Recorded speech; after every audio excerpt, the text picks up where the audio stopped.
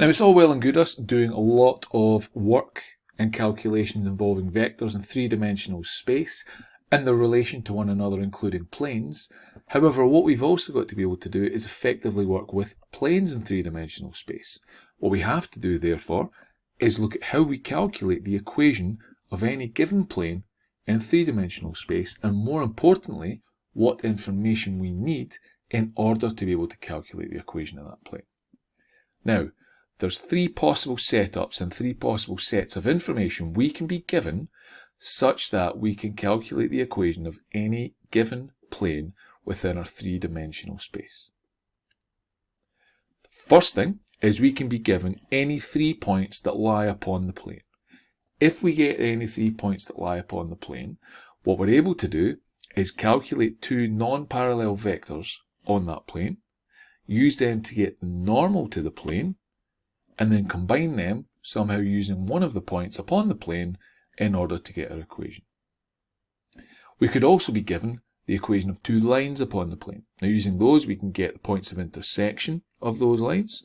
We can also then use them to calculate the normal vector to the plane, which all comes into play when we're calculating it. Third piece of information is that we can be given 1 point on the plane and the normal itself to that plane. Essentially, these are all the same bits of information that can be used to get the same characteristics of the plane such that we can get the equation of the plane in 3D space. Now, it is important to remember that the normal is a perpendicular to the plane at that point of intersection of those two defined vectors at a given point. So we have to remember that when we're referring to the normal and what it actually is. Now let's imagine we've got a right-handed set of axes as we defined earlier. What we're going to look at is we want to answer the question, how do we define the plane, which we're going to call pi here. So let's suppose we've got a point P of x, y, and z. This is just a typical point on a plane. What we're going to do is let A equal to ABC. What we're going to do is we're going to call this the normal to the plane passing through some point Q. So this normal vector A passes through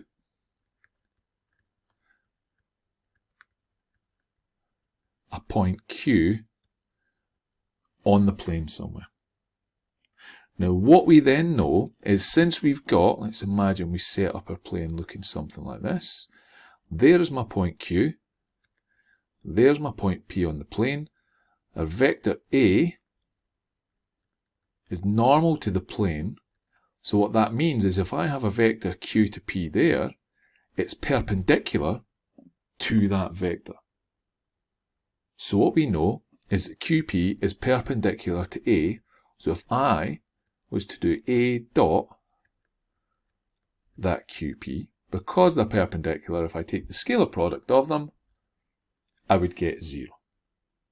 So what I can do is I'm going to use P as the position vector of the point P, and I'm going to use Q as the position vector of this point Q where the normal passes through the plane. If I do that, what I can then do is substitute them into here, because I know that the vector Q to P is given by the position vector of P, take away the position vector of Q. Now what we're able to do is then use some of our characteristics of the scalar product and say, fine, what that means is A dot P minus A dot Q, that is therefore 0. Now if I take the A dot Q across here, I can almost create some form of equation involving vectors where I can say that A dot P has to equal A dot Q. Now, both A and Q are fixed. So A is a given normal vector, Q is a fixed point upon which it passes through. Now, because they are both fixed, what that means is that A dot Q is equal to some constant on the plane. Let's call that K. Oh, don't underline that, apologies. So that's equal to some constant K on the plane. So I can then plug that back into here and say, fine, so I know that A dot P is going to equal that constant K. Now the vector A we know is the normal given by this. P is given by the position vector of this point here. So what I can then say, and that's the equivalent of ABC dot x, y, z, and I know that that is going to be equal to my constant k. So if I then do the scalar product here, I've got ax plus by plus cz is equal to k. Now that there is the equation of our plane. That there's a specific form of the equation called the Cartesian equation of our plane within three-dimensional space. And to calculate this, this is the information we've used. So we've used the normal at a fixed point Q and another point somewhere upon the plane P. So ax plus by plus cz equals k is the equation of this plane pi, and it's called the Cartesian equation of the plane. So as we've just described there, to find this, we must be able to reduce the given data, so whichever three scenarios of given data we've got, to firstly, the components of a suitable normal, and secondly, a point upon the plane. So we have to be able to reduce the information to that. So that is very equivalent to the third set of information I said. So the normal and a point on the plane. But there were two other ones that we said we could do as well. So we had our 3 points, or we had 2 lines upon the plane. If we know the 3 points, we can use them to find 2 vectors on the plane. When we've got those 2 vectors, we can take the cross product to get the normal to the plane using it. And we've got our information there. If we know 2 vectors, we can find the normal similar to that. So that would be the equivalent case of if we had 2 vectors upon the plane. Essentially, all 3 of them are various stages of the final scenario of a normal and a point on the plane. All of them are just differently, if you like, differently set up, different wordings of that. They both ultimately boil down to that same scenario of we need the normal and a point on the plane. Ultimately, that is what we need to use. So let's look at an example on this. Imagine I've got the points P, Q, R and S all given by there. What I first want to do is find the equation of the plane perpendicular to PQ containing the point P. What I then want to see is which of the other points lie upon this plane here. Now we're told in the question, the equation of the plane perpendicular to PQ containing the point P. So let's imagine that's part A. What we know is that P to Q is the normal to the desired plane we want. So what I can then say is fine.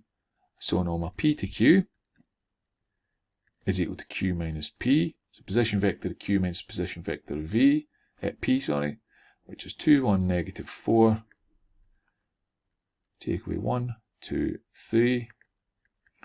So calculate this, and I get 1. 1 minus 2 is negative 1. Negative 4 minus 3, negative 7. So there's my normal to the plane. Now we know that P is a point on the plane. We're told it contains the point P.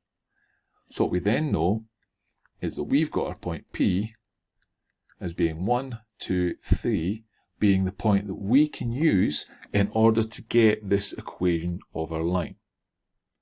So what we can then say is fine.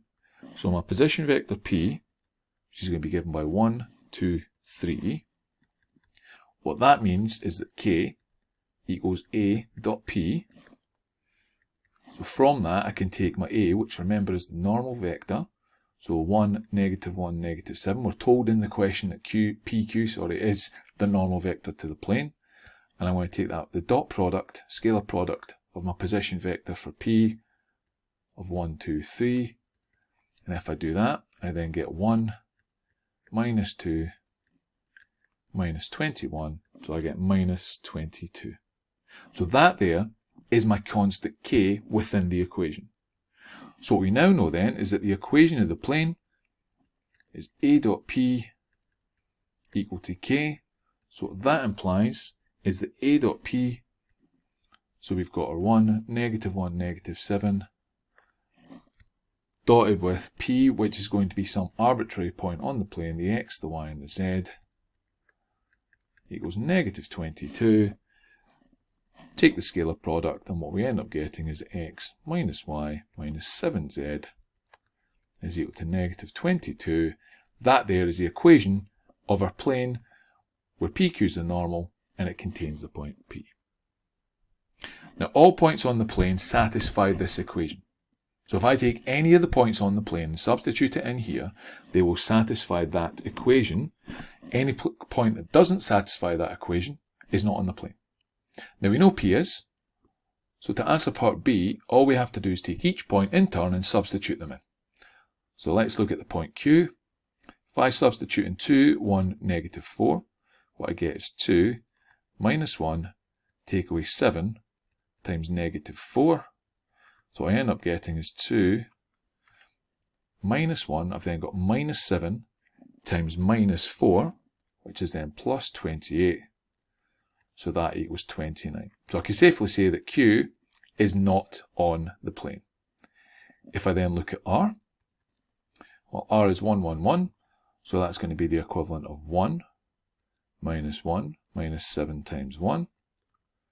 So that's going to be 1, take away 1, which is 0, minus 7 times 1. So that's going to be minus 7. So again, that point is not on the plane. What I can then do is the final point, S. So it's 7, negative 6, 5. So what that's going to be is 7, take away negative 6, take away 7 times 5. So 7 minus minus 6 is 7 plus 6. I've then got 7 times 5, so that's minus 35. So I've then got 7 plus 6 is 13. 13 take away 35 is negative 22. So that does satisfy the equation because we want negative 22. So we can say, therefore, S lies on the plane. Yeah, so we're able to take any point that we have and say, does it lie on the plane or does it not, if we have the equation of that plane. So that's how we'd work it out. We need one of those sets of information, and essentially it's the same process every time. We somehow need to get the normal, we somehow need to get a point upon the plane, and then what we have to do is plug it all together into this formula.